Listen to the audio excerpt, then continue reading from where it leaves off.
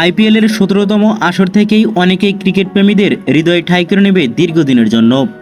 এবারের আসরে একের পর এক ম্যাচে যেভাবে রানের বন্যা বইছে তা রীতিমতো অবিশ্বাস্য। ২০০+ স্কোর করেও অনেকগুলো ম্যাচ হয়েছে। ২৮৭ রান পর্যন্ত উঠেছে, যা আইপিএল ইতিহাসে সর্বোচ্চ রান।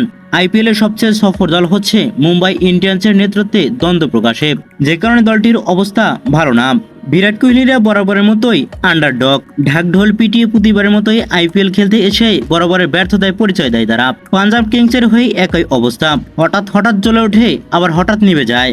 তবে কোহলিদের বেঙ্গালুর শেষ দিকে জ্বলে ওঠা পাঞ্জাব লখনৌর মাঝে আইপিএল শেষ চারে ওঠার লড়াইটা বেশ ভালোভাবে জমে তুলেছে।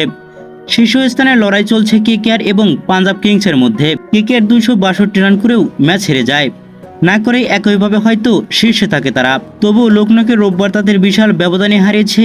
১১ ম্যাচে ১৬ পয়েন্ট নিয়ে টেবিলের শীর্ষে উঠেছে তারা, রান রেটে এগিয়ে রাজস্থানের চেয়ে। যদিও রাজস্থান খেলেছে একটি ম্যাচ কম। পরের ম্যাচে জিততে পারলে তারাই এককভাবে উঠে যাবে শীর্ষে। Chennai Super Kings, Sunrise Hyderabad এবং লখনৌ সুপার জায়ান্টসের পয়েন্ট ১২ করে। যদিও হায়দ্রাবাদ ম্যাচ খেলেছে একটি কম, তাদের ১০ ম্যাচ। অন্যদের খেলা হয়েছে ১১ ম্যাচ। এই তিন দল তৃতীয় এবং চতুর্থ স্থানে লড়াই রয়েছে। সম্ভাবনা রয়েছে রয়্যাল চ্যালেঞ্জার্স বেঙ্গালুরুর। প্রতিটি দল থেকে ১৪টি করে ম্যাচ খেলবে। প্রতিটি দল ১১ কিংবা ১০টি করে ম্যাচ খেলেছে, কারো ৩টি, কারো ৪টি করে ম্যাচ বাকি রয়েছে। ফলে এখনো পর্যন্ত নির্কুশভাবে কেউ নিশ্চিত করতে ফেলতে পারেনি শেষ চারে ওঠা। কোন ৪টি দল প্লে অফে উঠবে সেই লড়াইটা সম্ভবত গ্রুপ পর্বের ম্যাচ থেকেই পর্যন্ত দেখা যেতে পারে।